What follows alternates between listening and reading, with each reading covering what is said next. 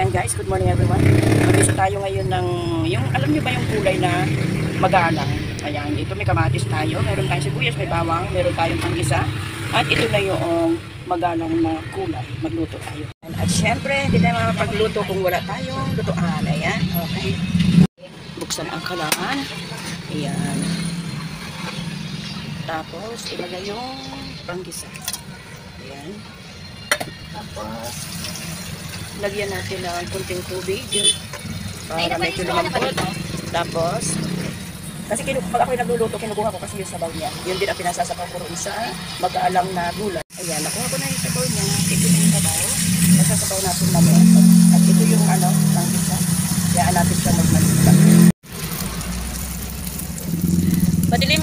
Ayan, kaya natin yung bawang. Gusto mo tumahin na kaya natin. Ayan, kamatis. Hello. Gulay na magalang. Ayan. Alam niyo ba yung gulay na magalang? Laan niyo kung ano yun. Tapos, ayan, halo-halo. Hindi ko ang ganda ng kulay.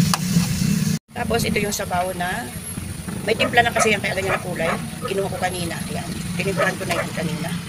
Ayan, ayan na yung sabaw. Ating takpan. Ayan.